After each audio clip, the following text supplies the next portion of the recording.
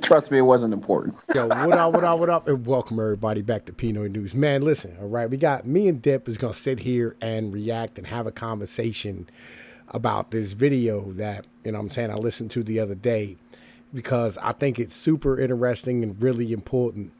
And, you know what I mean, it's another voice because I'll be honest with you, once like people start coming to a consensus about what things are, you know what I mean, it is what it is at that moment. You know what I mean? And like the world is starting to understand what's going on in the US as far as our political views and how we feel about things and the way shit's gonna go for the next, you know, like fucking 20 or 30 years as far as shit's really concerned. So, Dip, you know, I mean, you watch some of my Peter Zehan stuff, right? Yeah, bits and pieces of it. Yeah. Well, you're going to get that. You're going to have an opportunity now to, like, you know what I mean? Like, this is somebody other than Peter Zehan. This is a dude named Michael Beckley.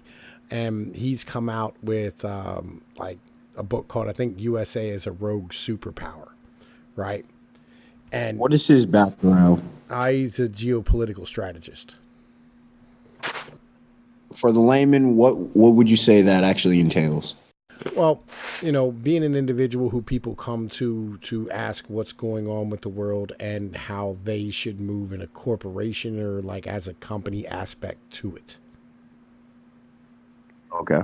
Right. You know what I mean? So like that's kind of his job is to understand the world as a whole.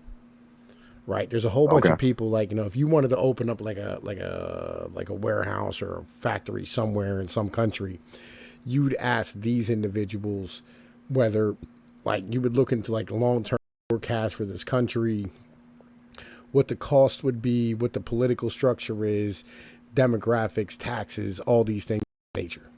You understand what I'm saying?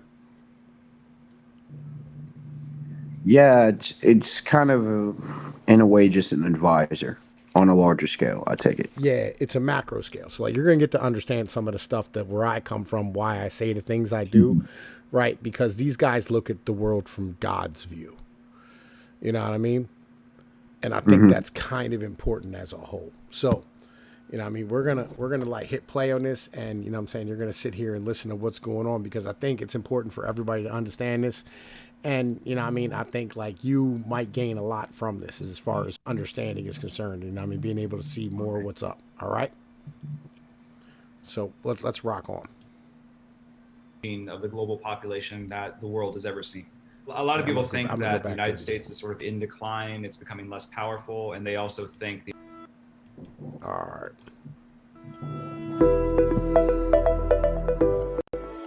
we're about to enter the most unprecedented aging of the global population that the world has ever seen.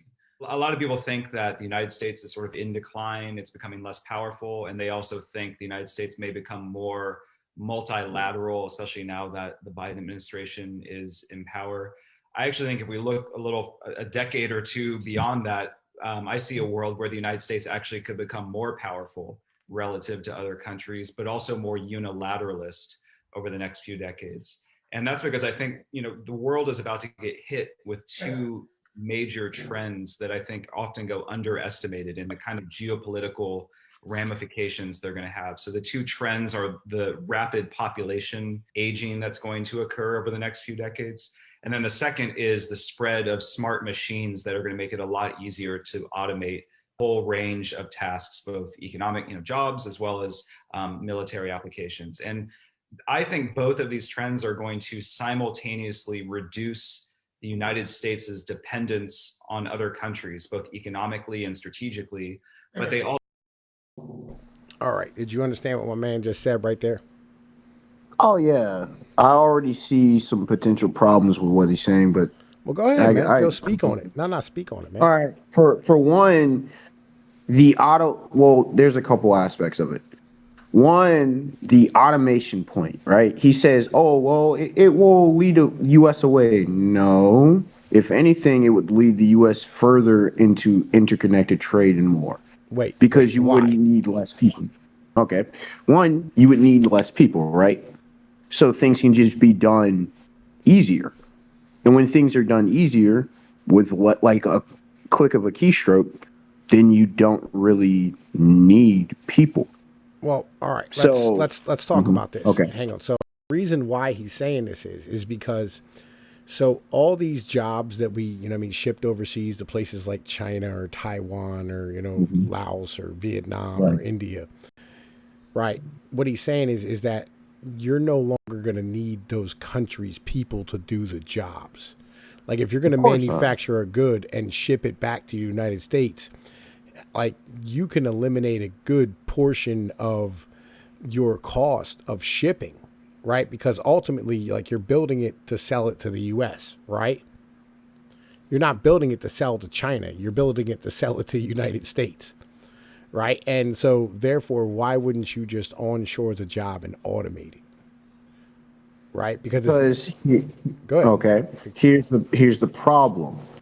Is the U.S. going to still play ball with cheaper shit? Because with automation comes other potential jobs, comes other potential hassles that people. It's almost as if nobody's looking at it.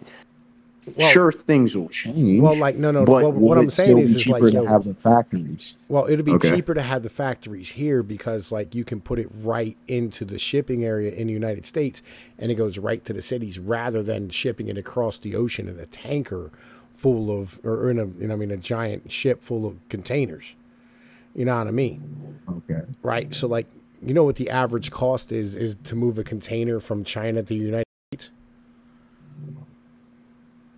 Do you know how much that costs? At least Just 50, at least $50,000, at least. nah, it's about 4 grand, right? Like, Okay. it's about $4,000 Okay. to move something Shit's not as across the bad ocean, as right? But I'm shit's not saying, as bad as well. right, yeah, Good. but that's per container, right? If you're moving, Okay. 10 containers a month, right? That is 40 or 50 grand a Okay, month. that's kind of what that makes sense about where I got about the 50,000. You know what I mean? That Or if makes you're sense. moving more, Yeah. like say you're Walmart and you're moving, like 10,000 containers a month. That's a whole Sure. different animal. You know what I mean? Like, But here's the reason. The reason I'm saying about the cheapness because you would have to build whatever here, right? And well, yeah, but on that top of that, brings you're in. saving the Okay. labor cost over there as well. I guess it depends on how much they're spending in labor presently. Well, like, because and this is what he's saying about the global aging thing, right? So, like, because as the countries are getting older, there's less workers, right? Like, China right Exactly. now, I on think. average, is older than the United States, Yeah, definitely, because they right? had that stupid policy of pretty much eliminating sons, which made no sense to Well, me. no, they Or eliminated eliminating daughters. Well, no, the no, but daughters. Yeah, they had a one child policy, right? So yeah, like yeah. they don't have any kids coming up to like fill out the labor market, right? Right. And so all their people moved into the cities, and they ended up having the Hmm. cost of labor going through the roof, right? And they So have more boys than girls, right? They were yeah, having a problem for to well made. that's Yeah, yeah that's there, and India has that issue as well, right? But yeah. that doesn't matter. But ultimately, the truth is that like the cost of labor is going up because there's less people, right? When you Of have less course. people and more people retiring, you're going to have a higher cost of labor. So Sure. therefore, and then on top of that, as the people retire, like you're going to need more tax money to be able to pay for the people who retire. So taxes are also going up. So it's costing more money to do business in places like China. Hmm. You know what I mean? So it's literally just cheaper to automate, bring it on shore and automate it, make the initial investment of building, you know what I'm saying, whatever factory you're going to build. And then, you know what I mean, like, letting it run, and you can run for zero cost of labor. You know what I mean? And then you eliminate shipping as well. So therefore, like the entire operation is ridiculously cheap. You know what I mean? Compared to doing it Maintenance overseas. and operators don't come into play. No, because automated's automated. You know what I mean? You don't have to ever do any maintenance on automated Well, machines. like it's every like no matter what you like, even if you were shipping, you still had to pay for maintenance of the ships and the containers and all the shit Sure. that went with it. You know what I mean? Right? Or the Hmm. machines over there. You know what I mean? Like it was all the same shit, right? So really, Okay. what you're doing is, you know what I mean? Like so therefore, the United States is going to be less reliant on the rest of the world as a whole. Sure. You understand what I'm saying? Yeah, I get the premise. You know I'm what I just mean? curious about a few things. You know what I mean? That's kind of where the mentality is. So we're going to be less Okay. interconnected with the rest of the world because we're not going to be reliant upon them. It's kind of the deal. Okay. You know what I mean? And then on top of that, like we're gonna get into it more as the countries age, they can't consume anymore. You know what I mean? So we're Sure. not going to be selling goods to them. You know what I mean? Like we're not like you're not like why would you sell goods to a country like Germany that doesn't have anybody to sell goods to? Sure. You know what I mean? It's kind of the deal.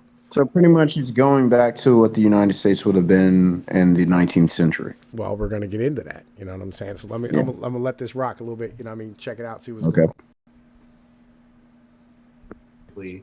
But they also may fuel nationalism, both within the United States and around the world. Nothing is guaranteed, but you could have a situation where the United States actually remains quite dominant, but is less willing and able to sustain all of the Cold War era alliances and all the international institutions and the norms that it helped lead and build up after World War II.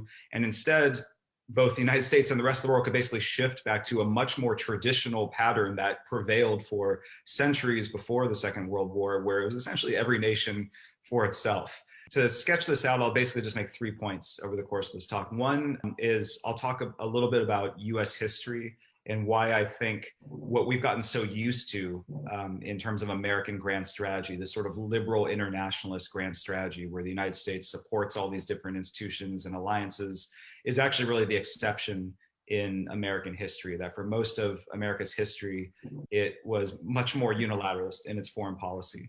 So the United States, in other words, has always had kind of commitment issues when it comes to providing global order. The second point I'll talk about is just the effect of aging and automation and how that's likely to affect both American power as well as US foreign policy. And then the third thing I'll talk about is how those two trends will affect other countries and their own reactions. A lot of pundits, when the Trump administration was in office, routinely portrayed his foreign policy as this sharp break from anything we'd actually seen in the past. But I actually think the Trump doctrine has very deep roots in US history. Really, for the first, say 165 years of its existence, the United States defined its interests pretty narrowly, mostly in terms of money and physical security. And it pursued those interests very aggressively with relatively little regard for the effects on the rest of the world. Yes, the United States espoused various Enlightenment ideals of freedom, liberty, but we have to be honest, it applied those values selectively, both at home as well as abroad.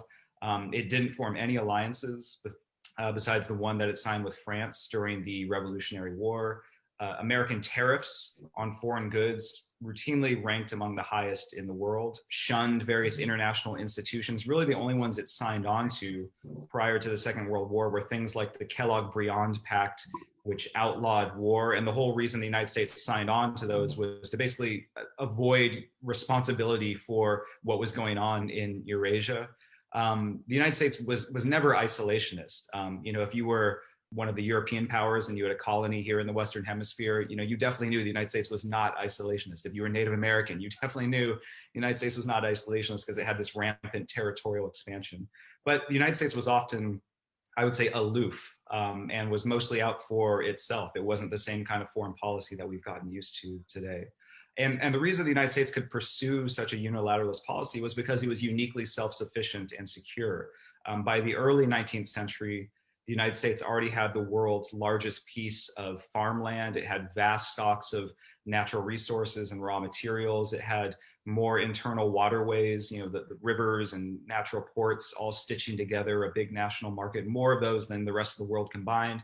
And when you get to the end of the 19th century, the United States, by the 1880s is already the world's richest country, the largest consumer market, the leading manufacturer and energy producer. So basically with so much going for it at home, the United States didn't have a whole lot of interest in providing order around the world. That doesn't really change until the world wars and really during the Cold War, where suddenly the Soviet military is looming over a totally shattered Eurasia, and communism is gaining hundreds of millions of followers worldwide. And so it was at that point that American policymakers said, hold on, we actually need strong, prosperous partners to contain these threats, which are not only a security threat, but actually threaten the American way of life. And so the United States, of course, then bankrolls basically a giant alliance system, providing dozens of countries with security guarantees, easy access to American money and markets. But I would point out, even during the Cold War, at kind of the height of US liberal internationalism, America's unilateralist impulses never disappeared entirely. I've done a bunch of research on. All right. So, you know what I'm saying? Like, yo, where you think you're at in your head about this right now, man?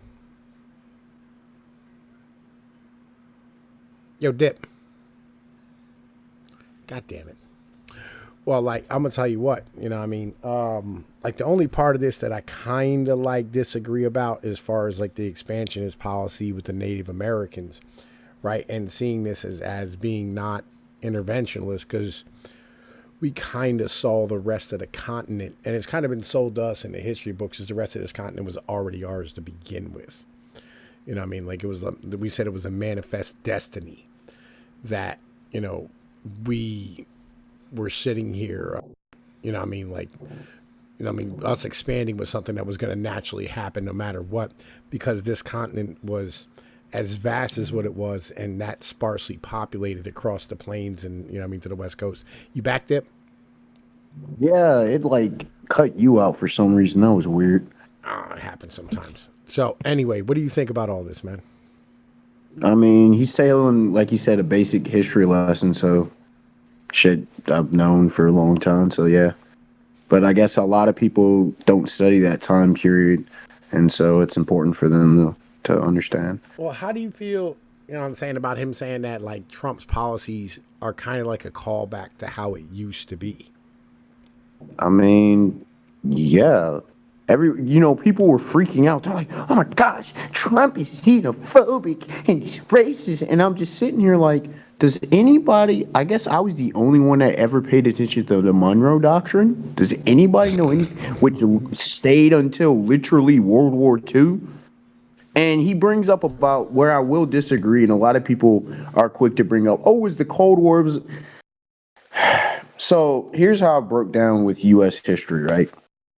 U.S. starts out, wasn't really respected, was the new kid on the block, and you're talking about really won a nation until 1790s, but let's just go 1780s, right?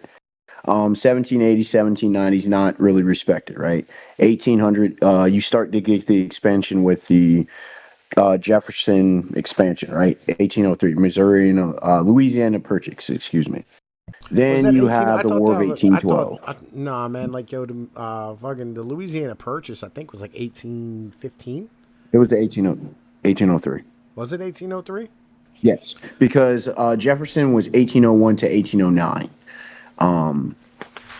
In 1803, yes. Yo, man, like, yo, Yes. Yep. your mental abilities is beyond mine on this president. You know what I'm I'm saying? huge with chronology. That's why I asked about time period, because it determines a lot of stuff, actually. Um, yeah, Washington was 1789 to 1796. John Adams was 96 to 1800.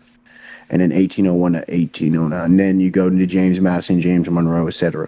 James Monroe introduces the Monroe Doctrine, which makes the U.S. quote unquote isolationist, if you will. You go all the way up, which it protect the U.S. and there was issues, of course, with Mexico and a few other nations. But yeah, you go into World War II, and the U.S. slowly builds power. Now, World War One, as you know, affected a lot of empires, and some fell.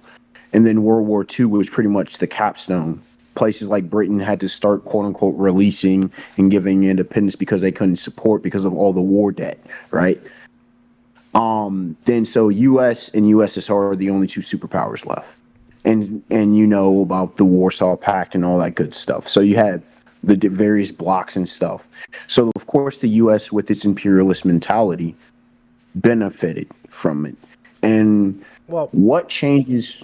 well, it I would wasn't. It ask wasn't. It what wasn't changes. that. It wasn't that. It was No, okay. So, all right. And I've explained this a bunch of times into my videos. You know what I mean? But I'll break it down to you and anybody who's new who's going to watch this. You know what I'm saying? Okay. In the Bretton Woods Agreement, they had what was known as the Atlantic Charter, right?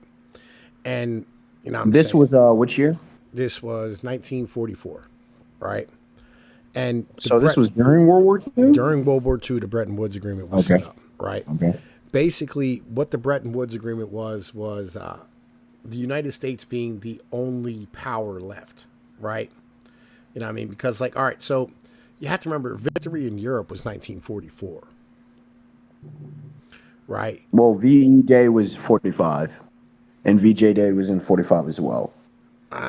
44 was D-Day, June 6, 1944. Yeah. Victory Day was May, I want to say around, maybe 29th, something, May something, 45 in Europe, and then Japan, I believe, was in August of 45. It been a might minute. it might have been. I don't know, man, because I'm pretty sure. Like, anyway, right? So 47 was the 1944, UN, right? 1944, the Or Bretton Woods 46? Agreement was set up because Okay. the United States was going to be the sole superpower left. It was going to be the only, the only country with a blue water navy, right? It was going to be the only. Because USSR didn't have warm water ports. That makes sense. Yeah, right. And Britain mostly lost most of its navy during the war to fucking German U-boats, Correct. right? Correct. And then, like they had Japan, but like we were, kind of fucking Japan up by that point. We were like in Japan, we had. And the U.S. was pretty much becoming the new imperialistic power in Well, Japan. not So yeah. not even really. They weren't becoming an imperialist power. That wasn't what it was. All right. So basically, what we did is we bribed an alliance, right, against the USSR. We sat here and we said, look, we'll patrol the ocean for, everybody's free trade, right? And, we'll keep all the trade lanes open. You can go anywhere you want, get any material you want, bring it back to wherever you are. Turn in this product, and you can import it in the United States free of charge, right? Well, when I say imperial, like, how is that any different really from the Roman Empire? Well, it's much different than the Roman Empire. Right, Okay. because we didn't charge tribute for it. Okay, I see. There was no tribute for it. Right, it was like, look, we have the largest consumer market in the world that was completely untouched by World War II. Right, but the only thing we asked of these partners who we gave this to, which was, Western Europe, Japan after the war. So did this coincide with NATO? Yes. And the UN? Yes. Okay. Right.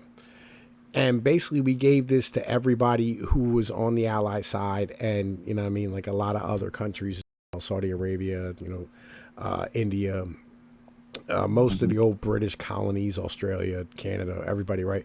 Like everybody gets to use the United States market for free, and you can float your goods everywhere, and the United States will float its navy for the common good, right? Okay. But you have to fight the USSR. You have to be on our side. That was the rule. Right? And basically we bribed an alliance, but we never adjusted after the USSR fell. Of course not. Right? And that's kind of where we are today. We're making that adjustment right now. Why rock classic United States. Do not be preemptive. Yeah, do not be preemptive. Don't rock the boat. That's the classic United States way for the last, 40 years? Well, Winston Churchill said the United States will do the right thing after it's done all of the wrong things. Right? After there's no choice left, it will do the right thing. As usual, he was right. He was the one who called out about Hitler. Everybody's like, oh, yeah. Oh, stop doing that, Hitler. Like, slap on the wrist. And it took till Poland, and y'all like, damn, we done fucked up. Yeah, you think? Yeah, but that's where the U.S. is. Right. You know what I'm saying? And that's where we are right now. The reasons why, if you think about all the countries that, we deal with on a regular basis that are a headache for us, right, around the world, what's the one thing they had in common? You know what they are? Which ones do you consider a headache? Iran, right? North Korea, Venezuela, Cuba. Okay. Right? China, right? What's the one thing all these countries had in common? Quote unquote communism? They were all fucking buddies with the USSR. You know what I'm saying? Right? And we never dealt with any of this shit. Afghanistan's a fucking problem. Why? Because Russia fucking, basically, put it out of commission and turned it into a failed state and then fell apart and nobody did anything for it. I mean, there was the raid in '79. U.S. kind of gave support and is like, yep, we did enough. We didn't pull out. Yep. You know, I mean, Charlie Wilson's War is a great fucking movie if you want to fucking see what the hell happened at that point. But like, you know, I that's think I meant to watch that one. that's you know that's where we are in, you know, I mean, the history, you know, I mean, of where, like, why we're doing what we're doing, right? The idea that we're an imperialist country is bullshit. It's just the fact that, How like, not? you know, because we don't have an empire, because we don't charge tribute to any of these fucking countries. But Tom, just because you don't charge tribute doesn't make it not an empire.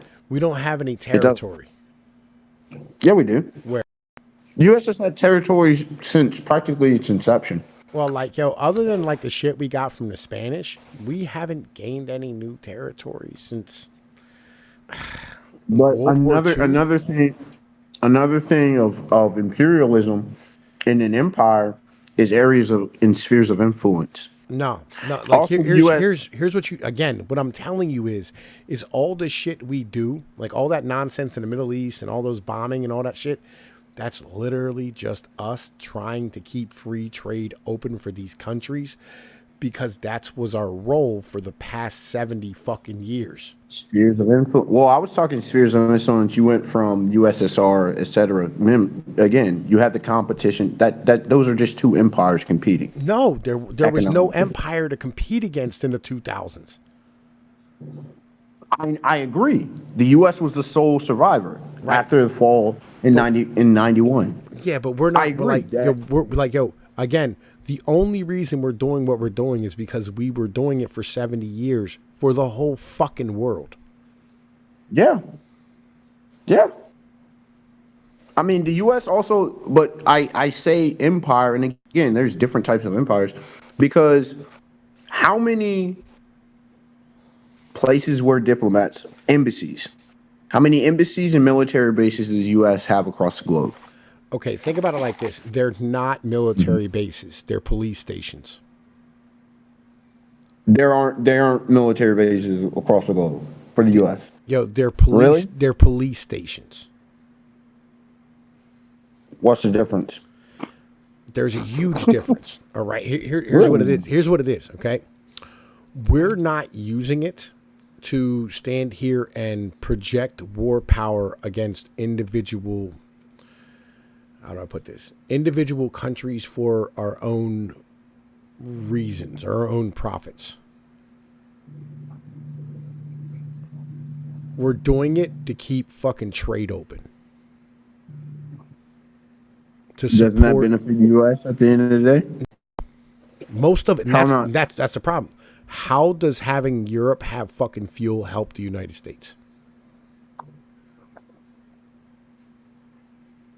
It doesn't.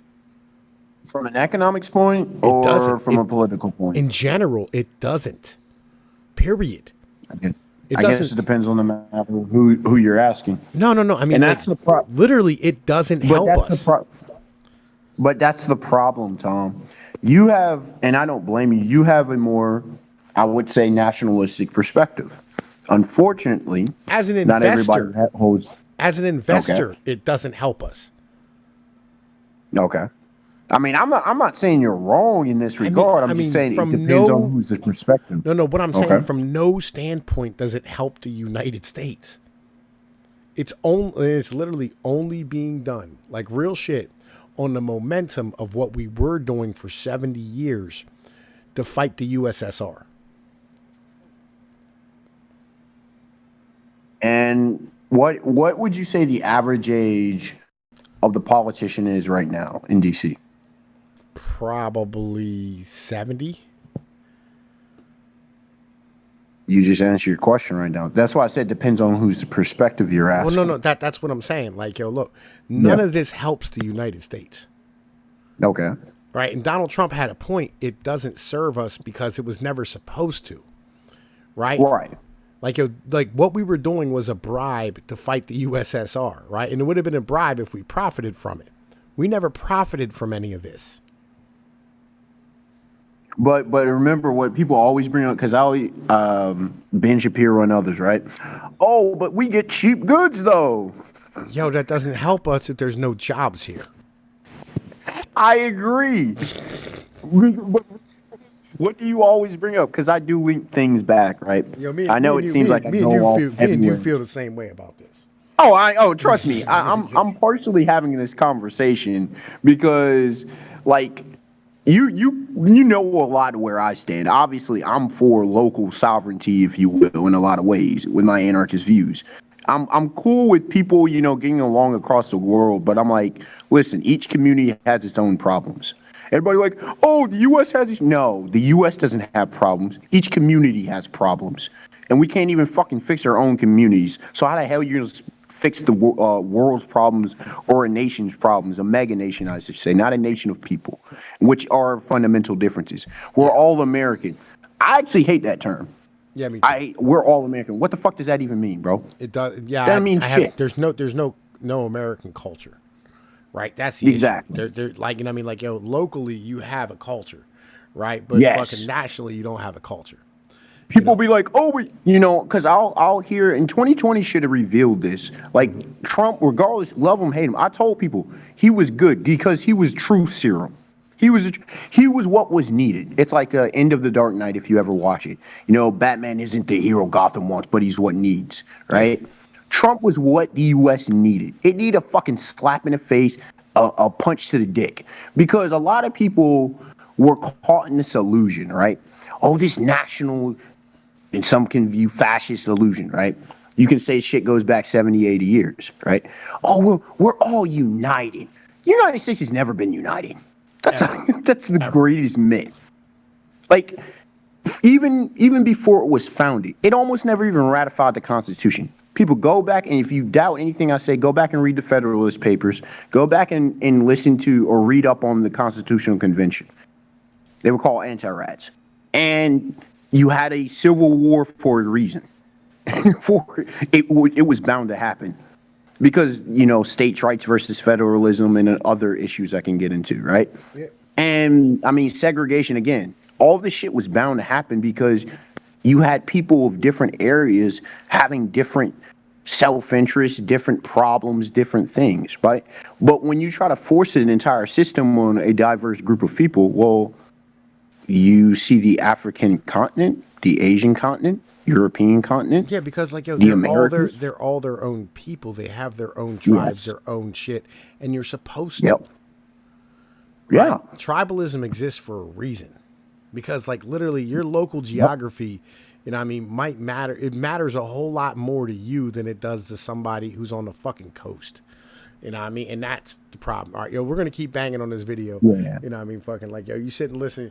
You know what I mean? Let me know if you want to fucking pause it. You know what I mean? Like, Yeah, you're I'm gonna good. go grab a drink. Go ahead. America's unilateralist impulses never Hopefully, this shit disappeared plays. entirely.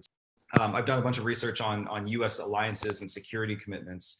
And if you get into the diplomatic record, you see that American policymakers actually structure those alliances to prevent allies from dragging the United States into wars, which South Korea tried to do multiple times, Taiwan tried to do. And American policymakers had all these loopholes inserted that basically allowed them to say, look, we're not going to necessarily write you a blank check. The United States also did things like ditch the gold standard to boost the American economy, even though that was devastating to a lot of America's trade partners. The United States repeatedly threatened to withdraw its forces from Asia and Europe when its allies didn't do what it wanted. It also has, some history of backing anti-communist right-wing authoritarians and, helping to destabilize left-leaning democracies. I think really interesting, the United States, its nuclear war plans actually focused on Soviet weapons that were pointed at the United States while largely ignoring those that would have eviscerated America's allies in Europe. So, in all these different ways, even in the heyday of US liberal internationalism, it often was kind of an America first policy. And then when the Cold War ends, that tendency starts to come more and more to the fore because it's pretty simple. With no Soviet communism to fight, but just this sort of amorphous liberal order to protect, I think a lot of Americans just increasingly did not see the point of global leadership. And so they began electing presidents. Every single election, you could argue that Americans chose the guy that promised to do less abroad and more at home. And so the point of all this is to say that, American support for what we now call the liberal order has been shaky for quite some time. And I really think the bottom started to fall out when the costs of the Iraq and Afghanistan wars were then compounded by the Great Recession of 2008. It's really after that you see this new pessimism coming into vogue, the belief that the world is sort of ungovernable and that the liberal order was a bad deal for the average American, and that it's really time to start prioritizing American interests and putting those first. So I think this all creates the backstory for what then emerges with the Trump doctrine, which I don't see really as an aberration. I see it more as a culmination of a lot of these long-running trends, as well as a return to what frankly was kind of a classic US foreign policy tradition. The second point I'd make is that... All right. So what'd you think about that right there, man? It brought a thought to my mind because it talked about the people, being tired of mess as far as Americans and voting a certain way. I mean, it's just people waking up to the reality and new generations coming of age, right? But I mean, it's before that because you had the anti-war movement in Nam and such. So you could have said there was a pushback even far beyond that, far further back. But I was also thinking the U.S. I think partially has this such quote unquote independent mentality because number one, coast to coast, and it views itself as its singular entity. But if you look at Europe and Asia, they're all interlinked. So I wonder if that had that geographic notion that you brought up has something to do with this. Well, this sense of divide from the rest of the world. Well, of course it does, right? I mean, there's 3,000 miles of ocean between us, you know what I'm saying, and the rest of the world. Right.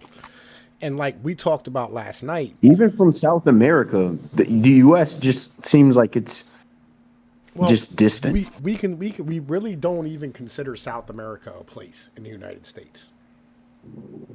Right? As a whole. You know what I mean? And remember, like the whole. I rewatched that video, and I remember where like I got that mentality from, where we came off of that. It's because like I was watching a video from one of my favorite channels, what if Altist, right? And he's in our GEO-POLITICS channel. You know what I mean? Like he does a lot of the same stuff that I do, because it's more safer for the YouTube algorithm and shit, right? But what he sat there and did a video on South America, because when people talk geopolitics, nobody even talks about South America.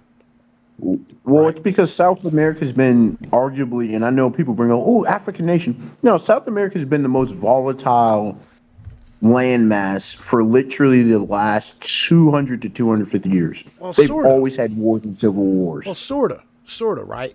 I mean, it's more along the lines of it never mattered that it did, right? Well, that was because the old empires began to crumble and collapse. Well, no, so their entire system is that they're not tied in with Asia or they're not tied in with Europe.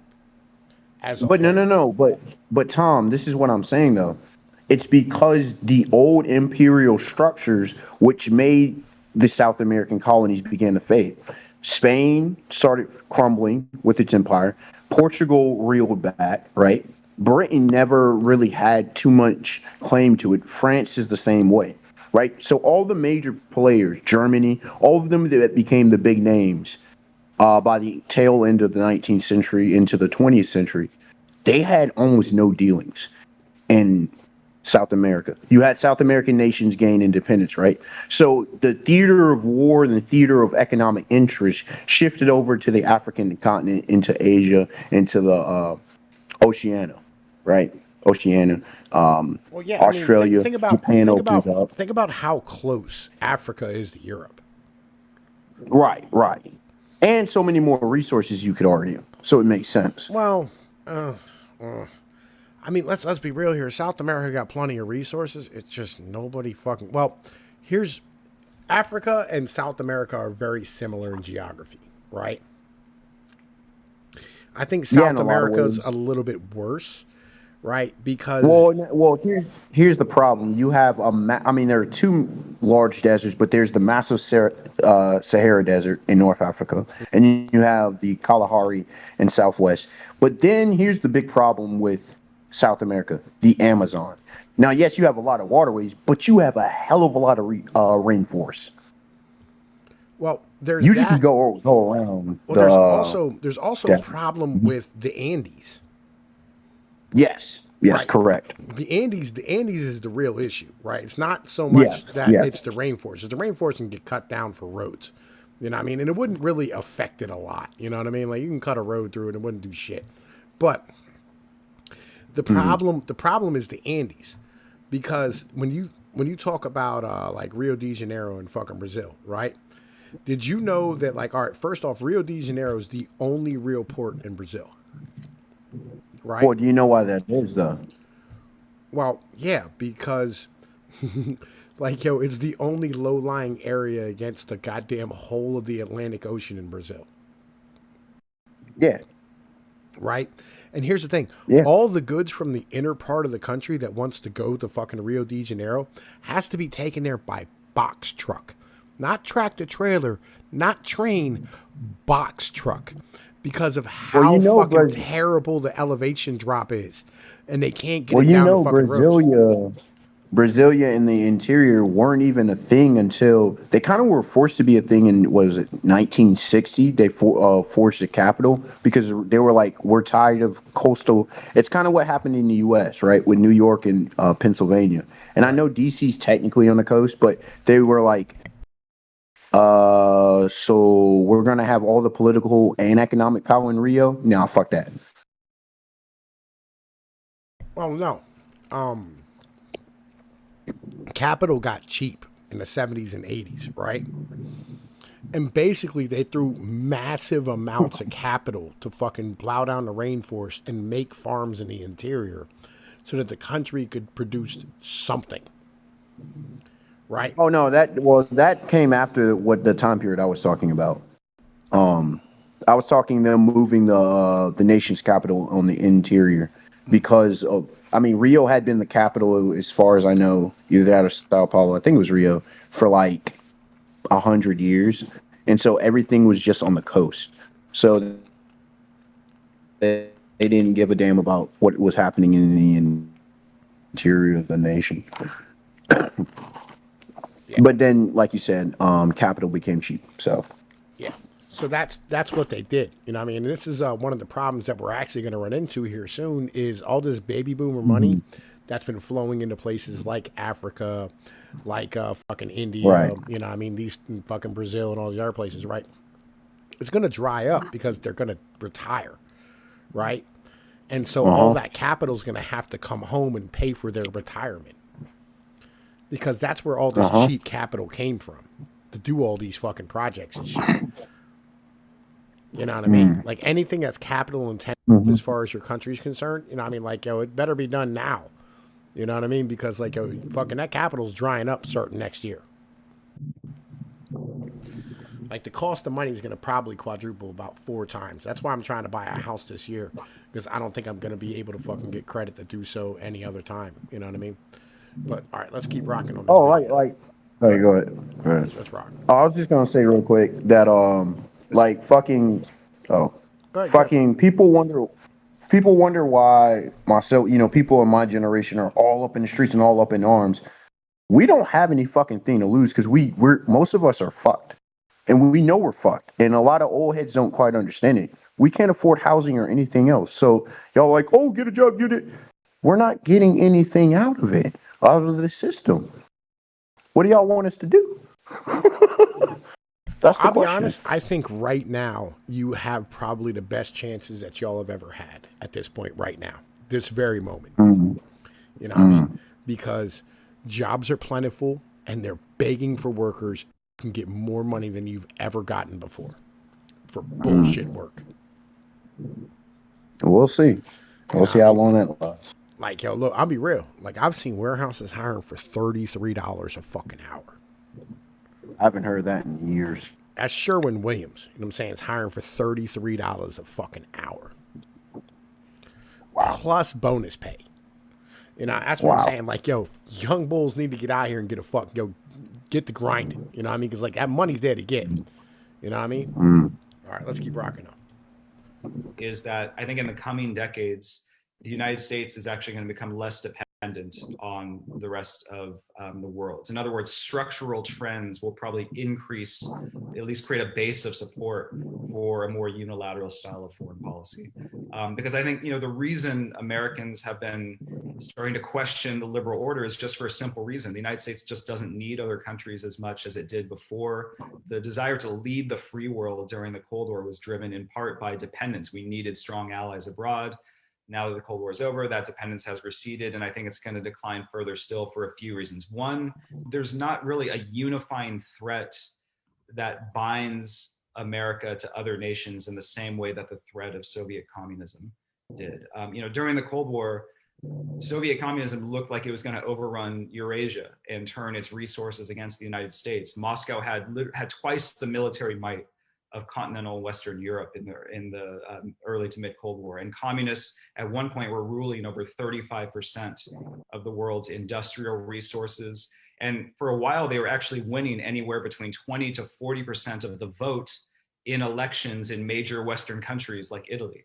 And so, it's pretty easy to understand why the threats to US security and the American way of life seem very clear. And so the need to nurture a community of vibrant liberal nations also felt like an imperative. But today, it's hard to see really the same kind of galvanizing force. China could potentially pose that kind of rival. It's really the only potential superpower rival. And it certainly tramples on a lot of American interests. It steals American technology, it distorts global markets, it props up authoritarian regimes, it's militarizing sea lanes, it oppresses its people.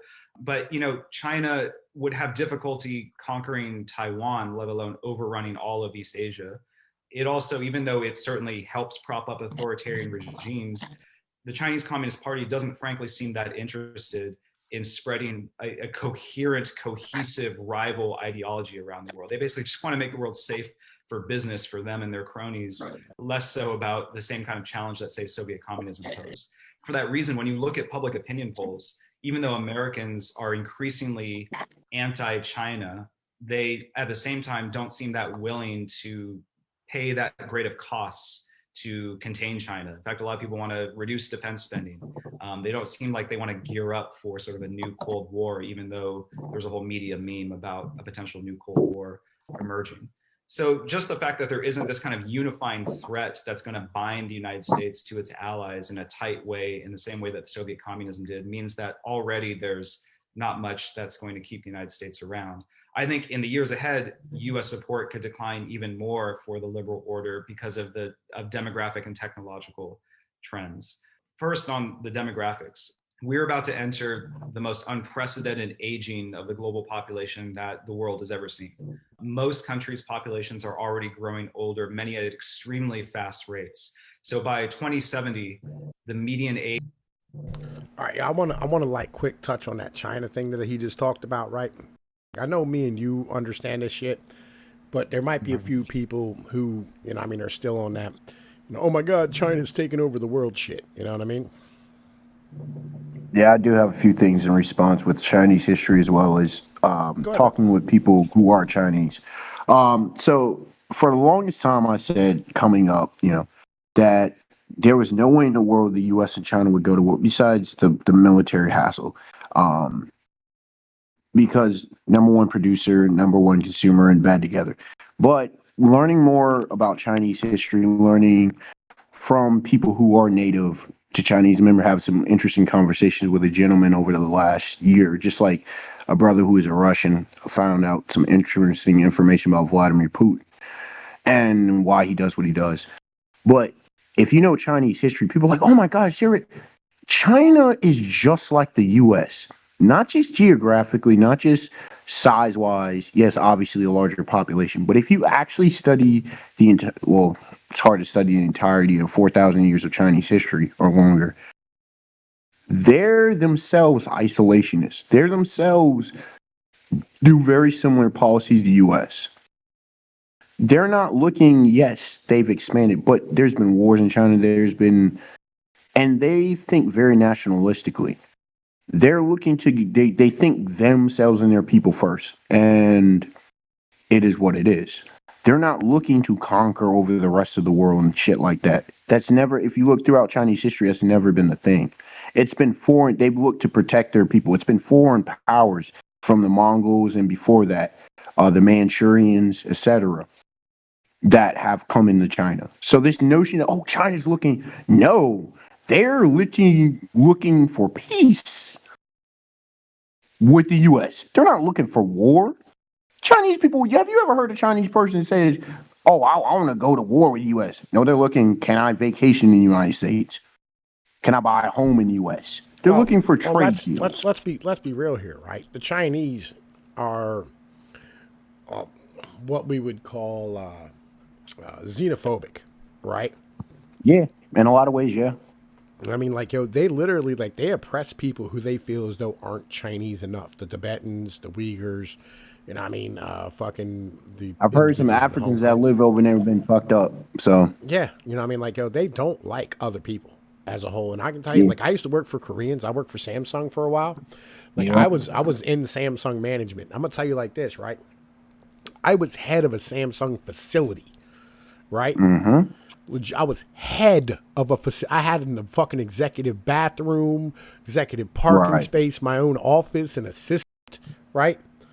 Legit. Tom Pease. You know what I mean? Like, you hear how I talk, right? Yeah. Yo, me and every other person who was an American were permanent temps. They would not hire us because we were Americans and we were not Koreans. Koreans are notorious, whatever. Like, I don't have a bad rep with various Asian folks, but I do know the stereotypes and the racist ass terms, especially with black people. So I know the game, how it works, but I personally don't get affected by it, but I know what people say and I listen. I'm in different spaces, so I know exactly what you're talking about. Yeah. You know what I mean? But like, yo, that's also why the LA riots, people were turning up. Oh, you're destroying your communities. Nah, motherfucker. A lot of Koreans ran that shit, and a lot of black folks were like, "Fuck this shit." Seriously. A lot of people don't want to know the true stories behind stuff. Yeah, well, yeah. Let me say this, right? Like, yo, the black women down in Philly get really mad because like the Koreans open up their like bodegas and shit. Yep. And they serve alcohol at like 6 a.m. or whatever. You know what I mean? They're like, oh, our husbands are out here drinking. I'm like, well, first off, you know what I'm saying? I wish my local bodega would open up at 6 a.m. and serve alcohol. That would be awesome. Right? Like, yo, like I can get a drink when I get off work. Like, what the fuck? Yeah, that's beautiful. Right? That would be amazing.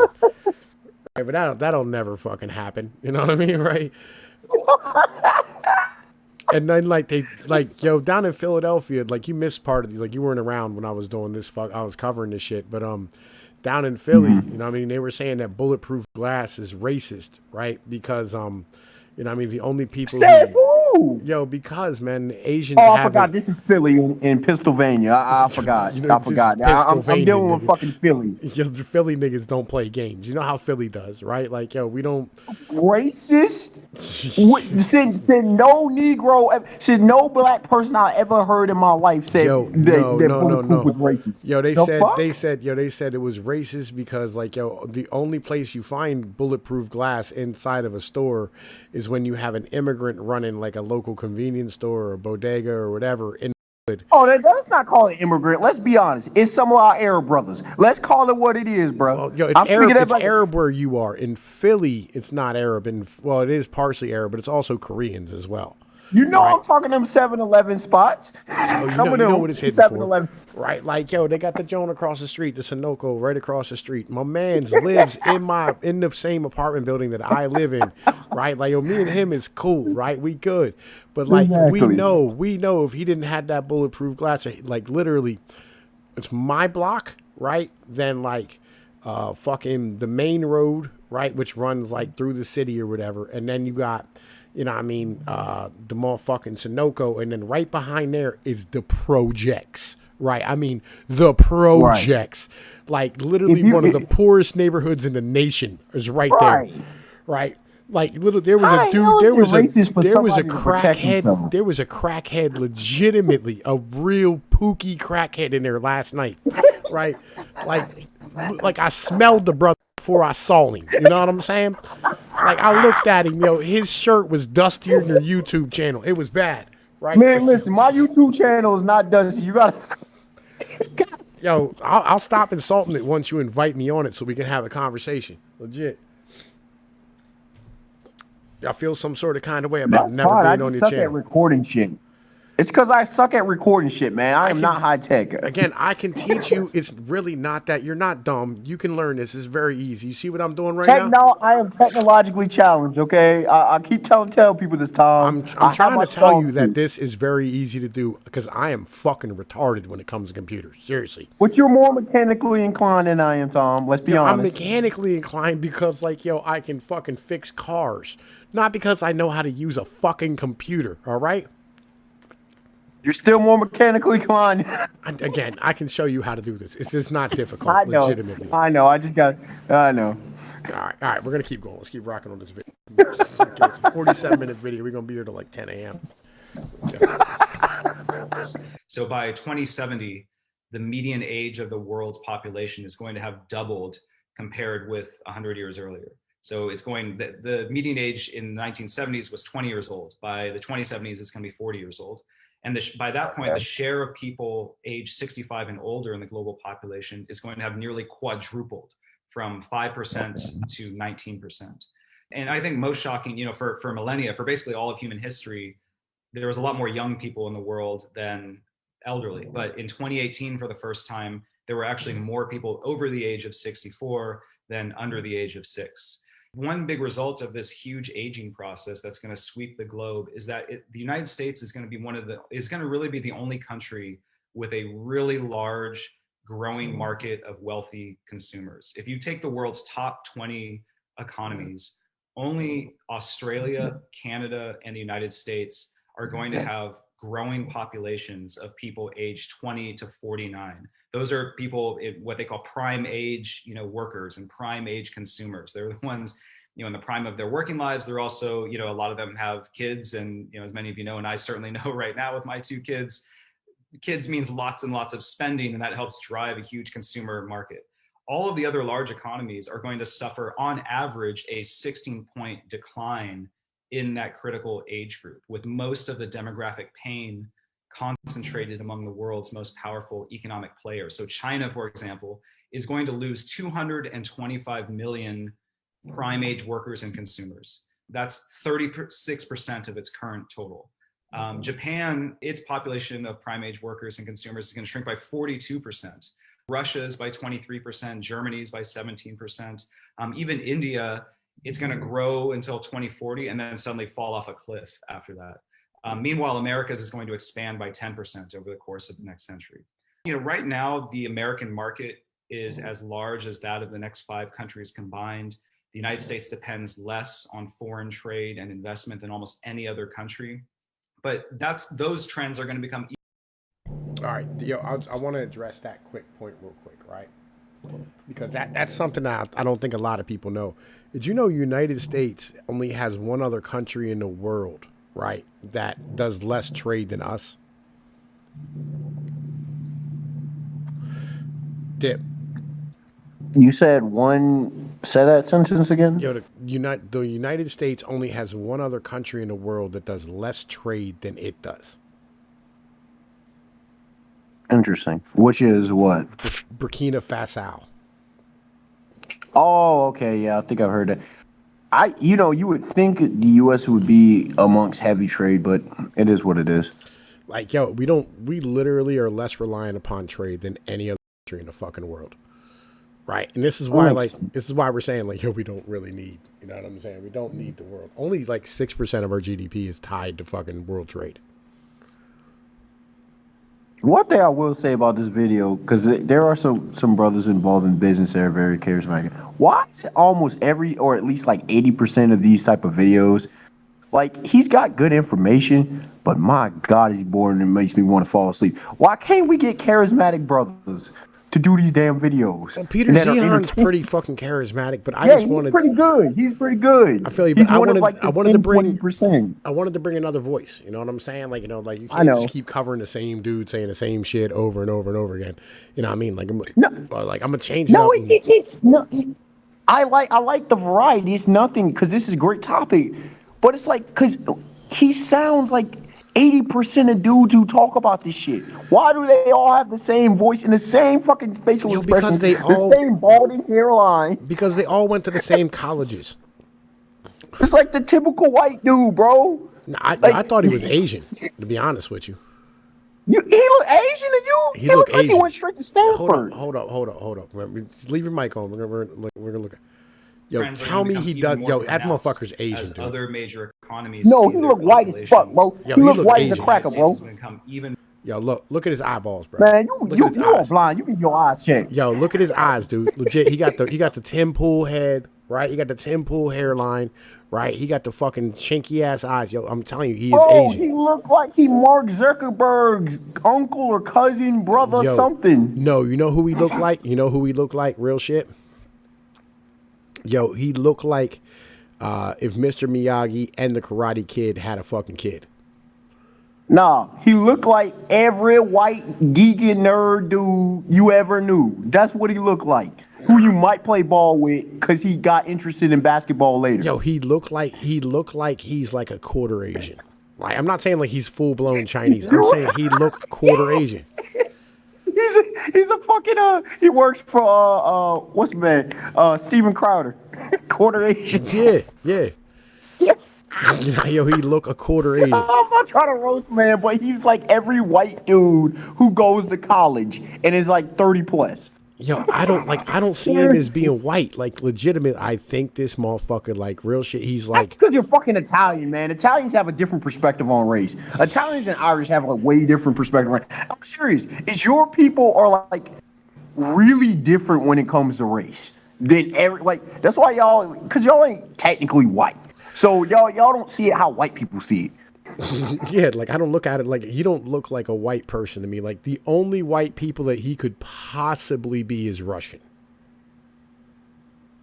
No, it's not Russian. What you're confusing is Eastern European. Yeah. That's honestly what it is. Not Ukrainian, not Polish, but like of that. Yeah, that's why I can definitely tell he's white because I'm used to a lot of Eastern Europeans. No. I don't think that's the cut though. Legit, I don't think that's the cut. I think the cut is he's his. Well, it's Western European, but it's like it's cut, originally it's from cut that area. No. It's cut with Japanese. I'm telling you. But he's not Asian though. That dude has got like 5 European peoples in him. Somebody in the comment section, legitimately, yo, somebody got to agree with me that this dude looks fucking part Japanese. Because he does. Listen, the Italiano doesn't fucking know race. Listen to the black man for once. Yo, black people think all white people look the same. Serious. Like, yo, look, there's not different. Me, bro. I grew up around white people. I know what the fuck the differences they look like.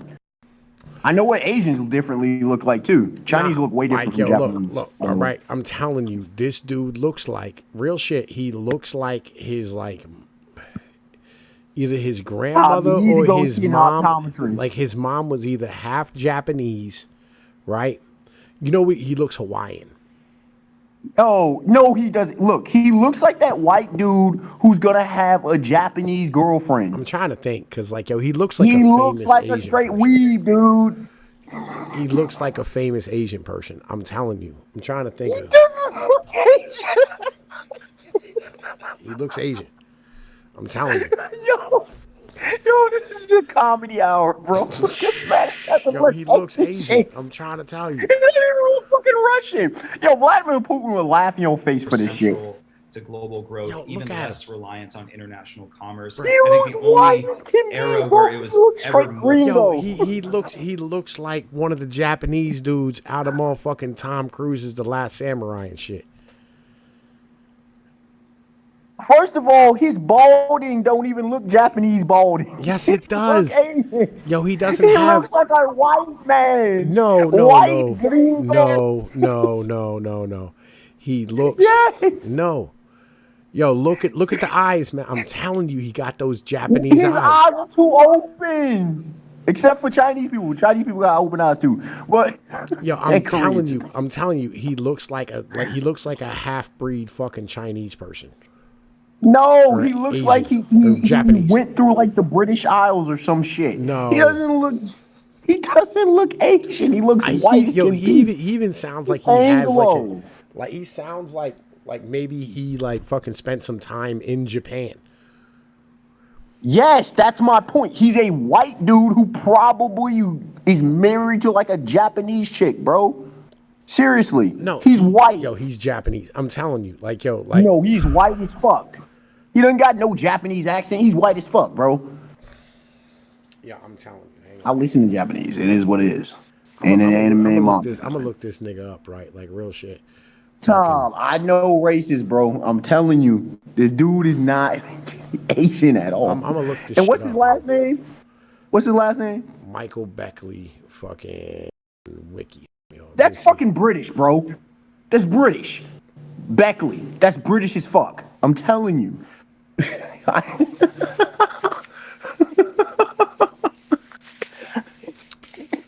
him.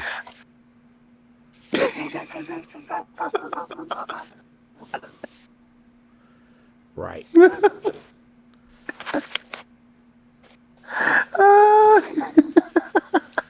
Yeah, I just found a dude. Like yo, I know he's legitimately, American. like yo, he has to be fucking Asian. Michael Beckley. What Asian name sounded the sound of you? I'm not saying that like his dad was a fucking, you know what I mean, was not a got ethnicity. His Yeah. mom. Oh my god. Dude's white. He's West Coast white. Maybe he's got a drop of Asian in his blood, but that dude white, bro. Yeah, nah, I'm telling you, bro, this dude's at least a quarter Asian. I mean, that's a drop. Right, like real shit. Oh my god. That 5 hit is not Asian, bro. I'm Yeah, I'm telling you. telling you, that motherfucker is Asian.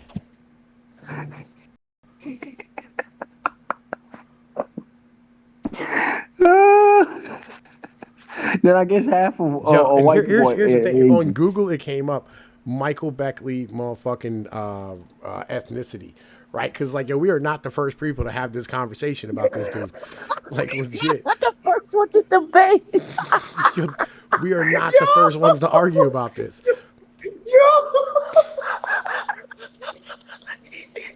This is why the internet's always undefeated. The internet will remain undefeated because people, seriously, the jokes people come up with and the Google searches people do are glorious.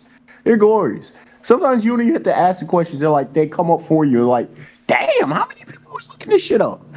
Yo, like real shit. I'm gonna you need to hit. You got a Twitter? Because I don't have a Twitter. My Twitter got murdered. I do. I never use it. I technically do, Yo, and I you literally should never ask use it. him on Twitter. Like, what is your ethnicity? Because like I would love to fucking Nah, know. bro, that's kind of nah, bro. Make a Twitter just cause. Actually, you could probably find some hilarious content off of Twitter, knowing you. Yeah, I feel you. All right, let's keep rocking. Let's keep rocking, man. We gotta get through this.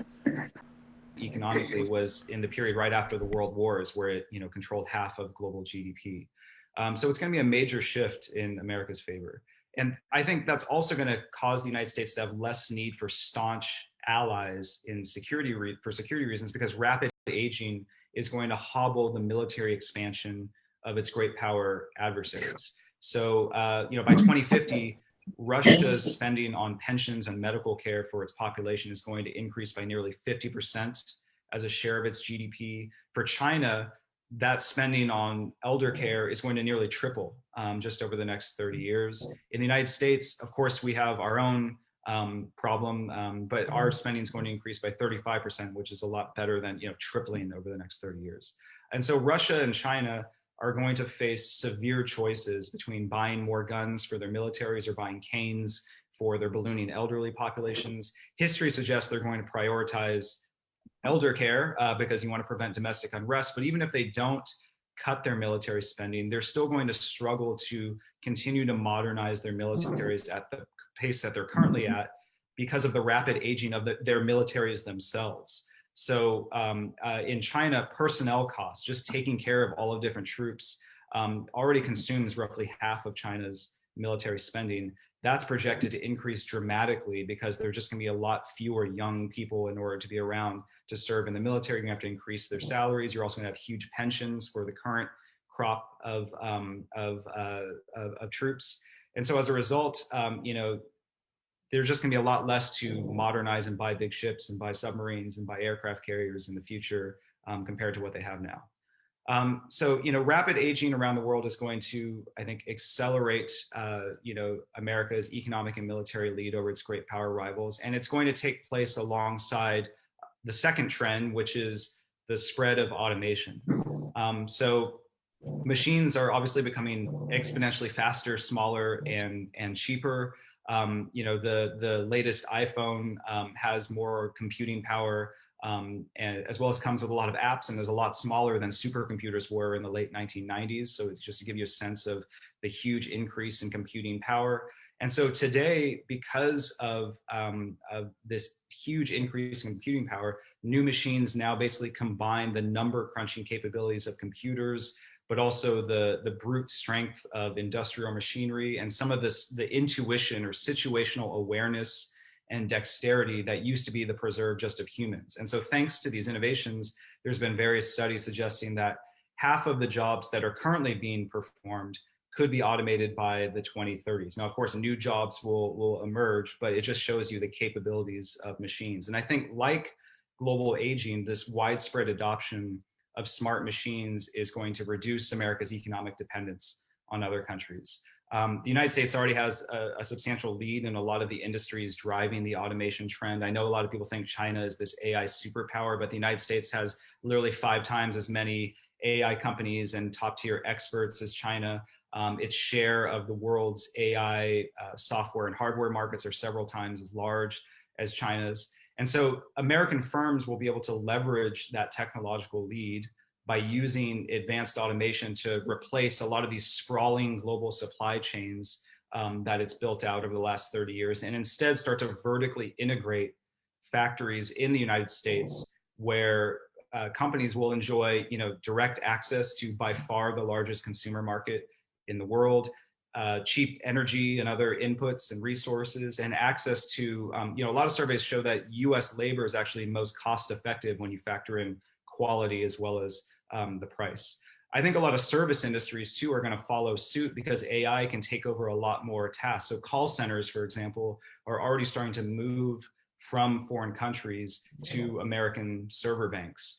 There's all other types of automated technologies, things like microseismic imaging, which basically uses powerful sensors and computers to map petroleum-rich geologies. That's already helped the United States frack its way to net energy exporter status. So there's all these different ways that the United States will be able to rely more on itself. For the past 50, 60 years, the United States has had to chase cheap labor and resources abroad and kowtow to various foreign regimes, and many of them quite unsavory. But those days may be numbered because automation will allow the United States to rely increasingly on itself. I think automation could also help in the military sphere as well. It could help the United States contain the military rise of its rivals, because instead of the current American way of war, which basically involves waiting for a crisis to break out, now the United States could potentially pre-position a bunch of armed drones and missile launchers in potential conflict zones. And these would basically act as high-tech minefields that could, annihilate, say, a Chinese invasion force close to Taiwan. And these are really hard to eliminate because you could just have lots of them, and they're much cheaper to purchase. So for the price of one aircraft carrier, the United States could buy 6,500 of these new stealth drone fighters that can be armed with cruise missiles that the United States has already developed, or it could buy 8,500 loitering cruise missiles. So you can. Look, all right. This dude here legitimately was born in motherfucking Taiwan. Was he? Yeah.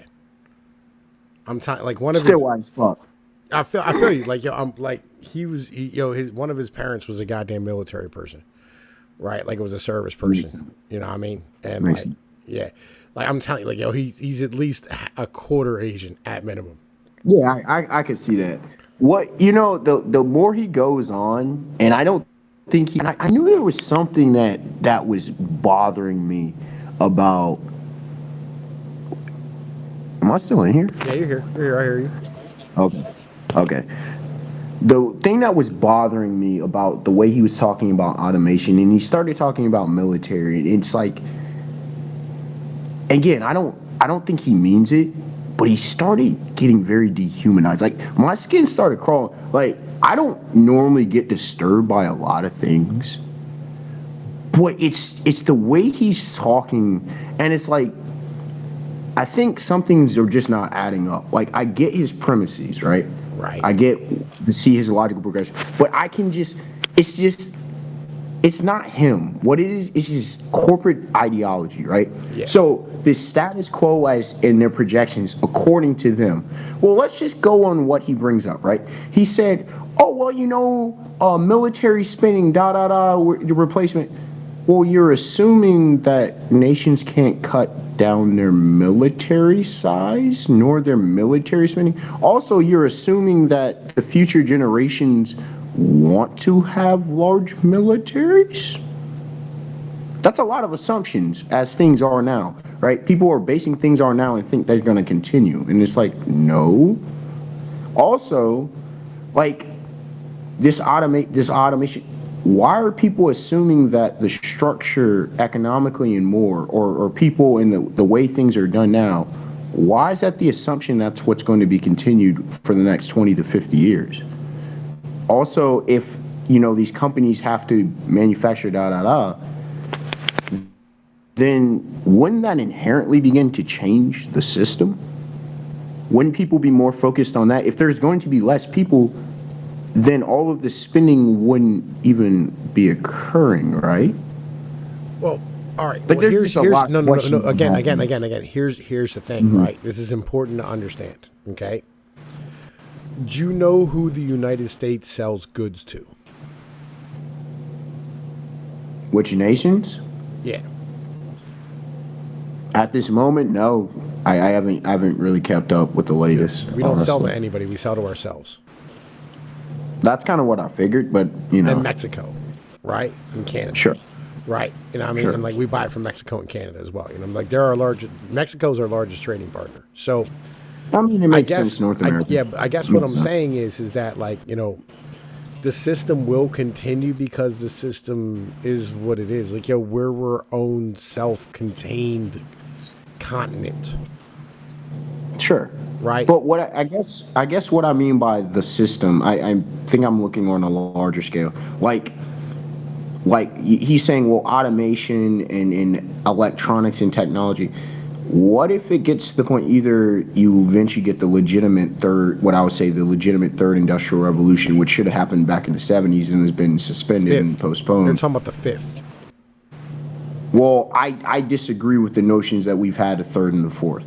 And that's probably a different discussion and conversation. Yeah. But what I mean, like, because what they're saying are they haven't fully changed the game. Like, when you look back at the first one, right, with the steam engine, it fundamentally, holistically changed everything.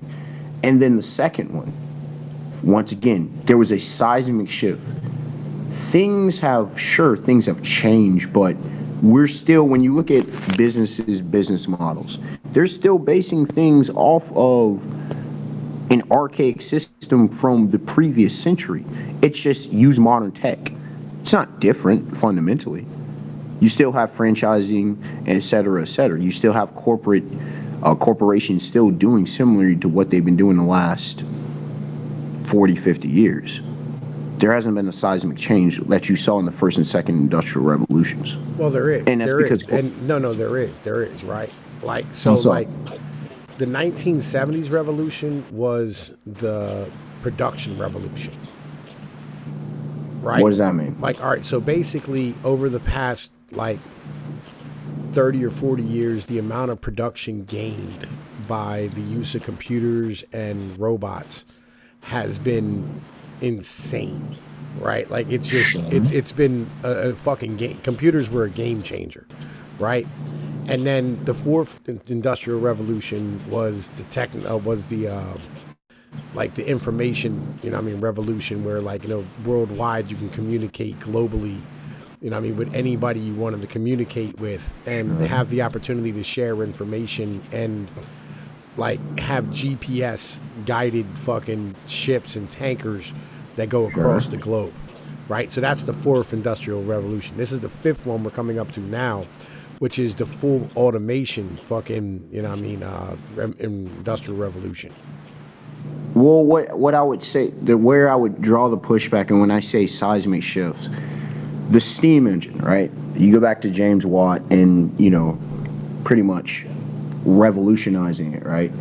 You saw to where you went from more or less a late feudal era, right, to the start of modern urbanization. Not our modern, but, the start of urbanization in Europe, right? You saw, which over the next 200 years, the implications, war, and everything else, right? You went from these pretty much archaic firearms to relatively modern firearms. And then we see, once again, a seismic shift towards factories and industrial. And it changed politically, it changed militaristically, it changed all this. Honestly, I would argue that what we're seeing now is a continuation of that same period. It hasn't, yes, things have modernized with the tech. You have smarter tech and whatever, but like you brought up, you have these agreements over the last 70, 80 years, and these are just continuations of it. These aren't seismic shifts culturally, militaristically, socially, and otherwise. I would argue the technology from the 1970s was a seismic shift. But how though? Well, with the sheer raw volume of individuals who were no longer needed in industrial fucking capacities, right? And with the technological revolution, it's most definitely with the information revolution, it's a most definite, seismic shift in our social structure as human beings as a whole. Sure. It's changed socially, but I guess the effects on humans in society is massive. But here, I guess the reason I'm also looking at it is, have you read a number of sci-fi authors from like the 30s and 40s, or any of them like Ray Bradbury, George Orwell, and such, who pretty much most definitely read Orwell. And shit, you know what I mean? Aldous Huxley. They all pretty much predicted this, like they foresaw this, which means like obviously we're seeing, and I will say we're in a stagnation period, but we saw the advance of tech, right? But again, you went from 1903 to 1969, from a flight to a man on the moon. Of course, there's more and better tech. But when I say seismic shift, it's like I say the first revolution, which is a Western idea in human history, was an economic revolution. Solon's change in Greece, and that had a seismic shift to how things were done. I guess it would take longer than what we're focused on tonight. What I mean by the seismic shifts. All right. Well, look. All right. Let's get to like 25 minutes in this bitch, and then we're gonna shut this down. Right, because like, it's been like an hour and some change, and I gotta go to bed because I gotta fucking wake up today. So like, I feel you on that. Let's do like the next 5 minutes of this bitch, and then like we'll break down a little bit, and then we'll fucking shut it down, and we'll do some more tomorrow. All right, that cool with you? Cool. That's fine. Cruise missiles that the United States has already developed. We're going to buy 8,500 loitering cruise missiles. So you can imagine a world where if the United States is deploying these kind of weapons en masse, it'll basically be able to capitalize on a fundamental asymmetry in geopolitical objectives. China and Russia want to seize and control territory, whether it's Taiwan or in the Baltics. That's what they need to do to achieve their goal of regional hegemony. The United States just needs to deny them that control, which is a mission that networks of smart drones and missiles are really well suited to perform. So all of this is to say you could see a world where the United States just has less need for foreign resources, for foreign labor, for foreign markets, and Americans will just have less interest in propping up the global economy or protecting allies. So that's the second point. I would say the third point is about the rest of the world and how they are likely to react to these trends. And I actually think nationalism is going to be a major factor even among America's current democratic allies. The same aging and automation trends that are reinforcing US economic and military might are also having the perverse effect of sort of fracturing what we used to call the free world at its core. Because in liberal democracies across the world, support for the liberal order and the Western alliance has long rested in part on stable rising incomes for the working class. Those in turn were largely dependent on growing populations. So you have more and more consumers and more workers always entering the workforce, as well as job creating technologies. So, the post-war baby boom produced lots of young workers and consumers, and the assembly line provided them with lots of stable middle-class jobs. But today, populations across the democratic world are aging and shrinking. Machines are eliminating jobs faster than some workers can retrain for new ones. And so this is part of the reason why you see so much about the basic bargain of, like, if you work hard, support the liberal system, and just trust that a rising economic tide is going to lift all boats, why it's starting to break down, and you see nationalism and xenophobia starting to fill the void. So let me just say a little bit more about how I think these trends could play out. I think in terms of aging, the outlook is actually more dire than many people realize in terms of the devastating effect this could have on the liberal democratic world.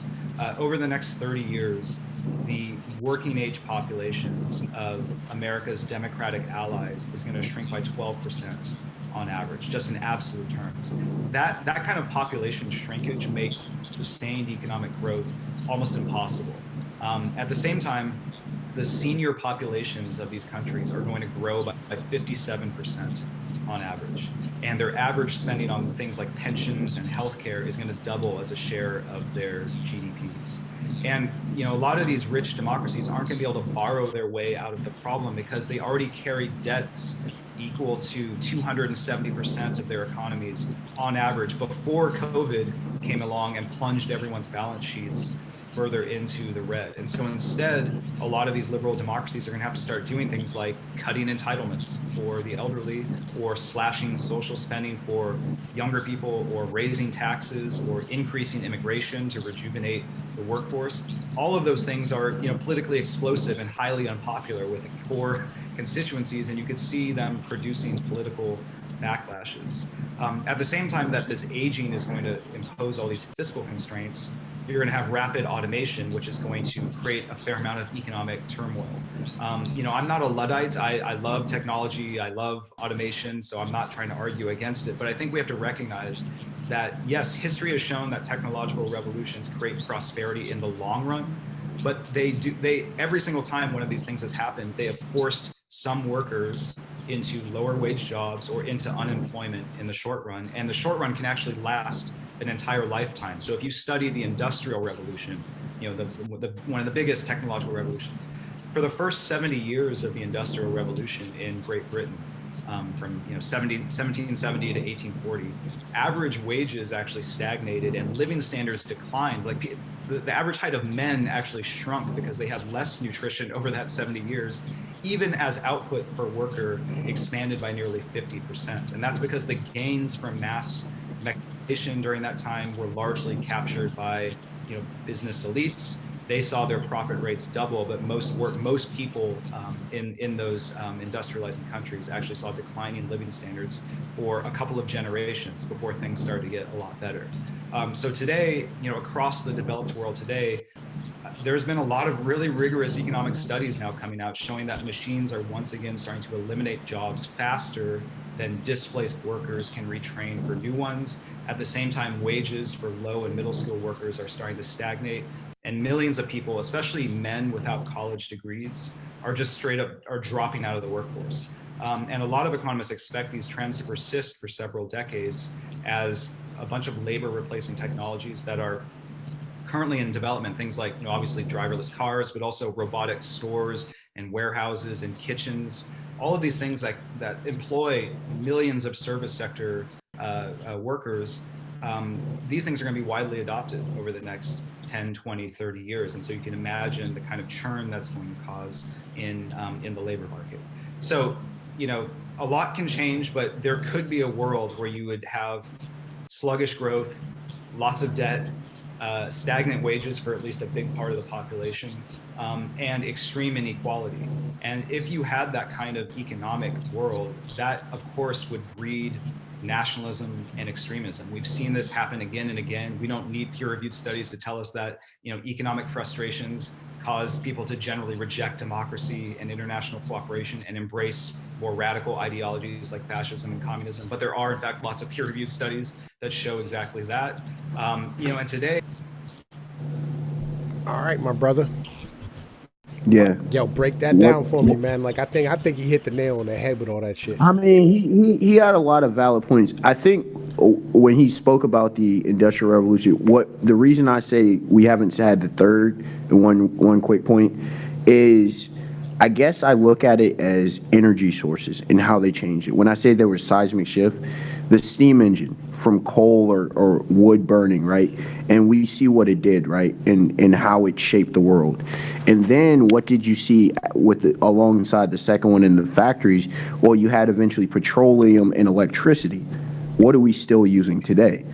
And so I would argue that unless you get, and yes, you have nuclear fission, but I would propose, again, from like we had nuclear fucking most definitely come online in the 50s and 60s and 70s in a big fucking way. Now, if someone were to make that argument, but I mean, nuclear hasn't. It's used in conjunction. That's why I said it's a continuation. Well, it produces electricity, right? In the same way that coal and petroleum does now. But anyway, look, let's get to the fucking really, because this is the most important part of this fucking video. I think was that fucking last like 5-6 minutes, right? Was the mentality that, first off, I love that statement that he made about how, like, during the first industrial revolution, like the majority of the game captured by the capitalist class, and it actually had such a negative effect on the individuals in the country that the height shrunk of the male workers in that country, right? Due to lack of nutrition. I think you see it the exact same with the second industrial revolution, because look at how factories were from men, women, and children. And then we talk about how, like, and this is some shit that I've been saying for a while, is that, like, I don't think that technology's the fucking answer, right? Like, because it should aid humanity. That is literally what machines are for, aiding, not let me say this, right? I like what Northern Italy does, right? Okay.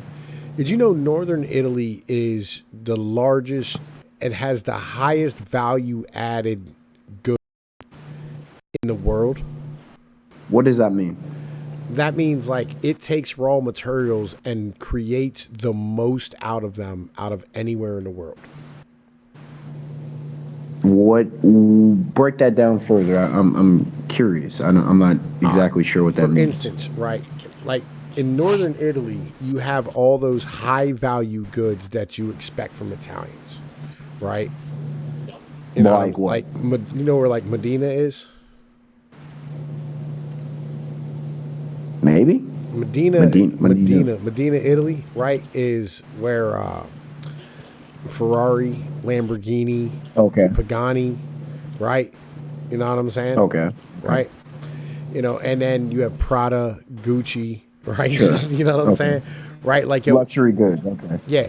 The highest value added goods in the world are in fucking Northern Italy. Right. Because it's all handcrafted shit. Right. They don't export their fucking goods to be made in China. Right. They build it. Right. And I think that's how the Germans and Americans used to do. Gotcha. Like, why is it that Americans don't build, like, why we have this giant country and we don't have one luxury car brand? Why? It goes into, and it's a deeper conversation. I know you're trying to go to bed, but it goes into mentality and mindsets. Like I said, I bring up, like I brought with him earlier, like, I don't like the corporate mentality. It's that corporate mentality. Corporate versus you and I are pro-labor. We are. Yeah. You and I, the problems we talk about, whether it be issues, my personal issues or other stuff, you constantly hear me beat the drum. They don't give a fuck about labor. Italy has always cared about labor. You Italians care about labor. Yeah. It is what it is. Well, it's because it's And us. We understand that that means us and our families and our people. You know what I mean? Like, because exactly. all of us are And it tied gives to labor. pride to you. Yes. It gives pride to people. You know, what this society does is, and again, speaking as a black man, I watch this and I witness this, and it's a conflict. You know, you and I were talking on Eric's stream, and I think it kind of goes when I was talking about. It's not that I have just this pride in myself. I want to do things that make me feel alive. You know how many jobs? Yes, you can be high paying, but you feel dead inside, bro.